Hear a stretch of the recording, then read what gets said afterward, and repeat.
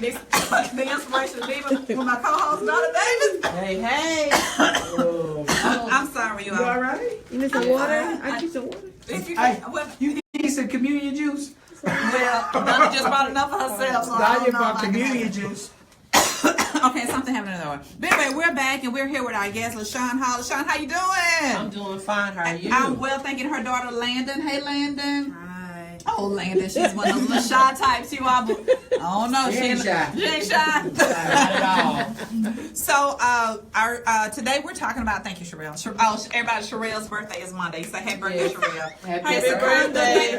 Happy birthday. Secunda, I hope I'm saying her name correctly. She's listening from California. She is like every Saturday. Hey. Thank you, Secunda. We appreciate you so much, and everybody that's listening via Facebook Live. But I'm going to shout her out on Wednesday. you gonna shout her out on Wednesday? Happy birthday. Hope it's a great day. Because I'm petty like that. I do it on Wednesday, but like, really? It's okay. But LaShaun, talk to us about alopecia. For those that are listening, that we know some people know alopecia is hair loss, but talk to us about alopecia. Well, alopecia areata is an autoimmune disease that basically attacks the hair follicles. It turns those signals off so that it does not produce any type of hair growth. There are 3 phases of it. It's areata, which is just your scalp, totalis, and universalis. Totalis would be your entire body. Oh, my. Universalis, it can attack your eyebrows. It's not as detrimental as totalis is. Most people that would have any of those can be afflicted if they are under 18. It is more likely that it is hereditary. So in Landon's case, Landon is adopted. And when I adopted her when she was 3 days old. Wow. I want to adopt you too.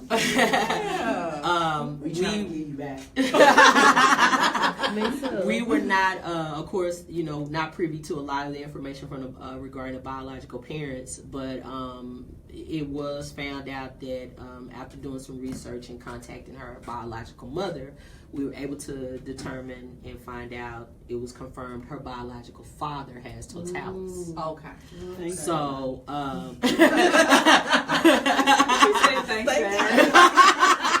the best joke. So, wow. So, we that's how we were able to find out, and then we found out that anyone is over 18. They typically get it because of stress. Most women get it due to stress from their hair, stress in life. We know some women who've gotten it after they had a child. So, another autoimmune disease can trigger it. So, different forms of it. But in Landon's case, it was hereditary. So, she was diagnosed when she was about 9 years old. Started out with a spot behind her ear, and took about a year, and she lost it all. Wow. So, definitely. So, it's not a disease that's very well known. A lot of people are not educated on it. You do have to go do your research. As a parent, it drove me crazy. I read a lot of books. I read a lot of articles online. Talked to a lot of doctors. To try to find out what could I do for her. Because you definitely feel as a parent, like totally helpless. What can you do? And your child is facing something like this of this magnitude. And after just doing all my research and figuring out and going to different conferences with the Alopecia Areata Foundation, we definitely I got educated. I educated myself, and it's about 1 in 6 people are afflicted with this. So less than 3% of the population has alopecia. So Landon, going through this at the age of 9 when you found out, so how did that make you feel as a person? How were you treated at school, and how did you feel from the treatment from your friends at school? Oh, where to start? You gotta talk in the mic. Sure. People were mean. A lot. So of course I had to deal with them. Then I told the teachers, like everybody tells me to do. Yeah.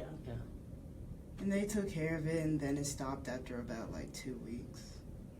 Or like half a year, you know, the usual. Yeah. Yeah. So from that feeling after, were you able to explain to them why, what your situation was, and then did they treat you any different from that? Well, Mom actually wrote a note after I told her all that happened, because I wasn't telling her. So then the teacher read that note, and I had like one person apologize. Oh, well, that was a start. Yeah. So when all of that happened, did you, like the one person that apologized, did they become like your friend? Like, this is Landon, we're not gonna mess with her, leave her alone. Yes. Did you have people that just kind of clung onto you? Clung, is that a word? Cling onto you. Cling onto you, like, you know, this is my friend, leave her alone. And so did that kind of help you out a little bit as far as feeling a little bit more comfortable with it? I want to act like she got it. I Man, she cool. I want to be cool like her. I'll leave my you this hats one. like this. Yeah, I'll leave you that. I'll leave you Can I that. be honest with you? Yeah. Can I be honest with you? When y'all walk in, you can't tell that that's your foster daughter. Like that's your Okay. daughter. That's She sweet. looks like Just you educated spit her me, out yeah. yourself. Yeah, everybody says that. Everybody says that. Like, LaShaun, you're totally lying. No one. Can I ask you a question? You know, normally I don't ask questions, but I'm gonna ask today. So, when you finally came to grips with, I got this for life. Was it really freeing for you once you finally, like, you really realized, hey, this is gonna be me? Deal with it. Yes. And Well, boy, you're you- gorgeous. See, when people pick with me and they say stuff like that, because when I got bigger, they was like, well, you're fat. I was like, but I can get rid of mine ugly. You can't get rid of ugly, I huh? can get rid of ugly. Ugly is for life. So I would do stuff like that. See, I would clap back. I'm going to clap back hard. Oh, I think her clapback game is Her clapback game is strong. good. Yeah. Sometimes you got to be shady. She's been here being Yeah, but yeah. she Do not has to clap back. underestimate Oh, I believe what you it. see over I there. like her That already. young lady. I believe Yeah, man. So Sean, Me there's and this a guy was having this argument about it. And he was like, well, at least I have hair. And I'm like, at least I get to sleep later because I don't have to fix my hair. Yeah. And there it is. There it is. Boom. That clapback game is real strong. So Sean, as a parent, how when she came to you with those, how did that make you feel as a parent, and for you to step up and say, hey, this is my daughter, this is what she got, and you're going to also need that support at the school. Oh yeah, Helping, yeah. yeah. So one of the things I did was just made sure, as with any parent at school, if you are not an active participant in your child's education, if the teachers don't see you, hear you, touch you, feel you, then they don't care. And I'm not knocking any of my school teacher friends that I know, because I know that they care. Not every teacher is like that. However, I made it a point to be at the school. I sent a letter to the principal and had him filter that to the teachers to let them know, this is a student that you're going to get. This is what's going on with her. She doesn't want you to treat her any different, but she does want to be respected and feel like she's protected in the school environment. So there is it's called the 501 plan that is the American with Disabilities Act. And although she does not have a disability that keeps her from performing at a peak level, self-esteem wise, it's attacked. So what it does, it allows her to wear hats and scarves in school. So it strictly it's an exclusion from the dress code, and it makes her feel comfortable. So Wait a minute, stop. No, wait, come back. Just walk past that. So you be in school with everybody else talking about you, but I can wear my she can rock her hats, she can rock her scarves. Like I had this rainbow hat that I'll always wear. It had rainbow stripes on it and nothing else, and I would just wear that. Yeah. So she's Just be in class. she can style. Again, goes back to her clapback game. So since you hating on me, I'm gonna bust this hat out. And you can't have that new era cap on, can you? Right? So it's stuff like that. Clapback is real. Exactly. So I just put some provisions in place for her to be able to do that and feel comfortable. One of the Mommies things, are hard to find. yeah, and personally, I cut my hair off about 5 years ago, and I've just sworn to never, have hair again. As long as my baby got to be like that, we gonna walk hand in hand, and people know that she's got a sense of support at home, a pillar of support, and with our family, So it's just something that I felt like I needed to do. Nobody else has to do anything. She always has to know, and I tell her all the time, baby, I'll ride with you till the wheels fall out. Okay. I got you no matter what. I don't care what it is. You call me and you gonna work it out. You don't have to worry about it. You gotta depend on nobody else to do this for you. So Landon, WWS, WW Samuel High School, true to the blue and gold. Samuel Sport. We got your back. So not only do you have support from Sean and your family, you got the support from the true mighty Spartans. Wait, go. she go to Samuel? We went to Samuel. And Amicia Smith too. I don't think Really? Oh, excuse me. DFWIgospel.com. Right. Because I got some people chiming in on here. I know. Let me holler out to them Shout your school block. them sock barrels, or them Apache, them Spruce Apache. Sorry, let me try to get them in Google. I don't want to. So let me ask a question before we go on break, because when we come back from break, we're going to have Dr. Linda Amerson. She's going to be she's a trichologist, and so she specializes in hair and scalp disorders. But let me ask you this: I want to know, even though at some point in time you had to come to grips with this, and you too, Mama, was there ever a time where you just broke and you just like, no, I just don't want to go through this? And during that time, were there times you, Mom, that even just doing your research, trying to see, there's got to be a way, there's got to be a cure, there's got to be a treatment, there's got to be something to bring my baby's hair back? Absolutely. You want to tell them the story? Oh, we've tried creams. We actually went to Houston. There's a lady that a doctor at MD Anderson that does research regarding it. We tried this cream. It cost $3,000, and the skin cream that they treat cancer patients with skin cancer.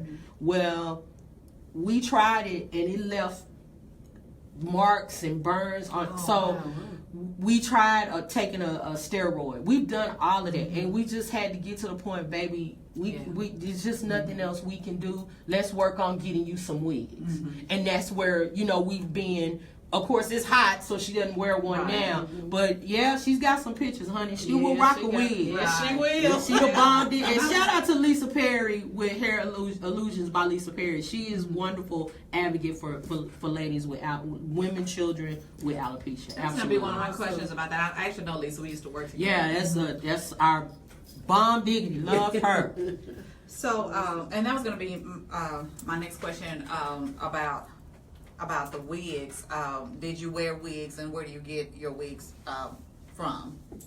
And can you please give some other people some notes on wearing wigs? There's a way to it. Yeah, that's the way. God bless you. Not sitting on the forehead. Yeah, she has the hair club for men and women international.